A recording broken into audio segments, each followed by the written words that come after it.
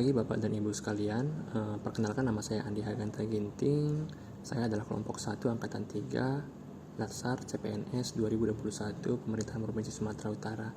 Baiklah, di sini saya langsung saja masuk ya ke mind map akuntabilitas yang telah saya susun dan akan saya jelaskan satu persatu.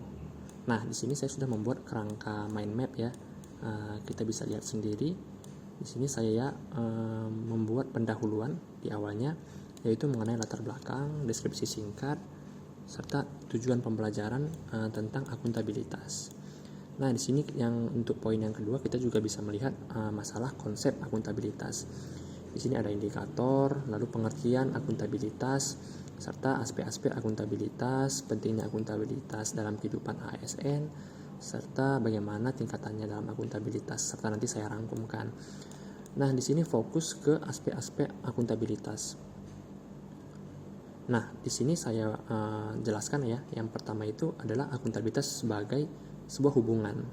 Nah, maksudnya adalah hubungan dua pihak antara individu atau kelompok, atau dengan institusi, atau dengan negara dan masyarakat. Nah, memberi kewenangan bertanggung jawab memberikan arahan yang memadai, bimbingan, dan mengalokasikan sumber daya sesuai dengan tugas dan fungsinya. Nah, itu untuk masuk poin yang pertama. Lalu yang kedua, berorientasi pada hasil. Maksudnya adalah hasil yang diharapkan dari akuntabilitas adalah perilaku aparat pemerintah yang bertanggung jawab, adil, dan inovatif. Dalam konteks ini, setiap individu dituntut untuk bertanggung jawab untuk menjalankan tugas dan kewajibannya. Lalu yang ketiga adalah akuntabilitas membutuhkan adanya laporan. Nah, laporan kinerja. Jadi contohnya adalah laporan kinerja. Karena laporan kinerja adalah perwujudan dari akuntabilitas. Dengan memberikan laporan kinerja berarti kita mampu menjelaskan dan bertanggung jawab atas apa tindakan ataupun tugas kesehariannya kita. Lalu lanjut, akuntabilitas memerlukan konsekuensi. Nah, maksudnya adalah akuntabilitas itu adalah sebuah kewajiban, sehingga yang namanya kewajiban itu wajib menunjukkan tanggung jawab.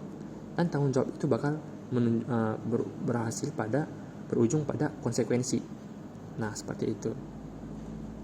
Lalu akuntabilitas memperbaiki kinerja.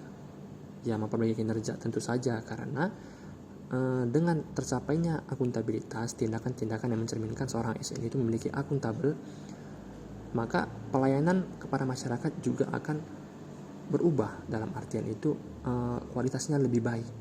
Nah, seperti itu. Lalu untuk poin yang ketiga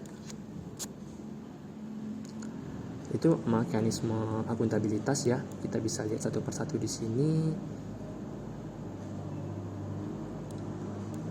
Dan yang keempat, akuntabilitas dalam konteks di sini juga dijelaskan bagaimana indikator keberhasilan tindakan akuntabilitas ataupun cerminan tindakan akuntabilitas dalam kehidupan ASN, bagaimana transparansi dalam mengakses informasi, pemberian akses informasi ke publik yang sebesar-besarnya, serta praktik kecurangan dan perilaku korup yang tidak mencerminkan akuntabel ataupun tidak menunjukkan keakuntabilitasan seorang ASN.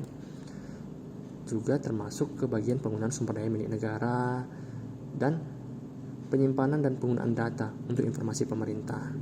Di sini juga saya membahas masalah konflik kepentingan. Nah, dalam kegiatan akuntabilitas tentu saja kepentingan publik tetap harus didahulukan dibanding dengan kepentingan pribadi. Nah, sebagai penutup, PNS yang akuntabel adalah PNS yang mampu mengambil pilihan yang tepat ketika terjadi konflik kepentingan, tidak terlibat dalam politik praktis. Contohnya mungkin salah satu adalah tindakan ataupun keikutsertaan seorang ASN dalam memenangkan salah satu calon dalam pemilu. Nah, tidak boleh ya, karena di sini ASN itu tidak boleh ikut terlibat dalam politik praktis, melayani warga secara adil dan konsisten, dan menjalankan tugas dan fungsinya. Nah, setelah itu kita diharapkan mampu menggali konsep akuntabilitas dari berbagai sumber dan mencoba menyelesaikan kasus-kasus terkait akuntabilitas yang terjadi di tataran pemerintahan Indonesia. Kira-kira itu yang dapat saya jelaskan pada kesempatan kali ini. Lebih dan kurangnya saya ucapkan terima kasih dan saya mohon koreksinya. Terima kasih, selamat pagi.